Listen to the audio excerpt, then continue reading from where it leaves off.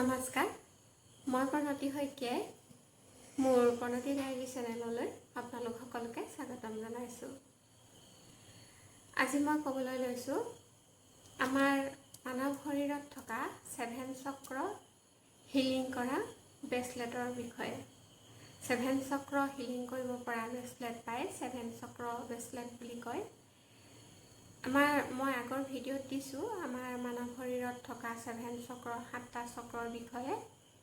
7টা চক্ৰ আছে আমাৰ সহস্ৰ চক্ৰ, আজ্ঞা চক্ৰ, থ্ৰট চক্ৰ বা বিশুদ্ধি চক্ৰ, হাৰ্ট চক্ৰ বা হৃদয় চক্ৰ, মণিপুৰ চক্ৰ, স্বাধিষ্ঠান চক্ৰ আৰু মূলাধাৰ চক্ৰ।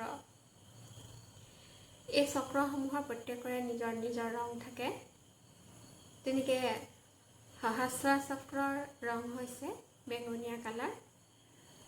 আমি আমাৰ 7টা চক্ৰ যদি হিলিং দি থাকিব পাৰোঁ, তেনেহ'লে আমাৰ মানসিক শাৰীৰিক সুস্থ হৈ থাকিবই, লগতে টকা পইচাৰ ক্ষেত্ৰতো মানুহ টনকিয়াল হৈ থাকে, কোনো অভাৱ পাবলগীয়া নহয় আৰু ৰিলেশ্যনৰ ক্ষেত্ৰতো ভাল হৈ থাকে। গোটেইকেইটা চক্ৰ যদি আমাৰ এক্টিভ হৈ থাকে বা হিলিং হৈ থাকে।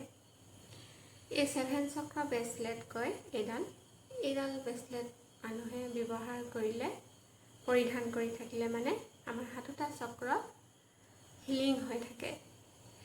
এনেকৈ আমি ৰেইকি হিলিঙো দিওঁ 7টা চক্ৰ, আৰু এই ব্ৰেচলেটডাল যদি পৰিধান কৰে তেনেহ'লে অট'মেটিকলি নিজে নিজে হিলিং হৈ থাকে।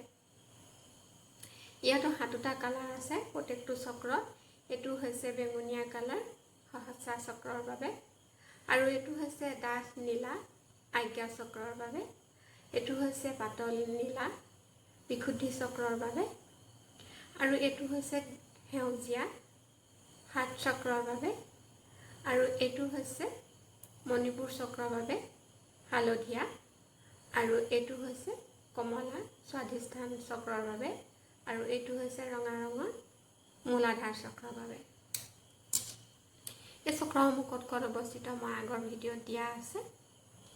এই চক্ৰডাল যদি চক্ৰ হিলিং কৰি ৰাখিবৰ কাৰণে এডাল ব্ৰেচলেট যদি আপোনালোকে পৰিধান কৰে, তেন্তে 7টা চক্ৰ হিলিং হৈ থাকে।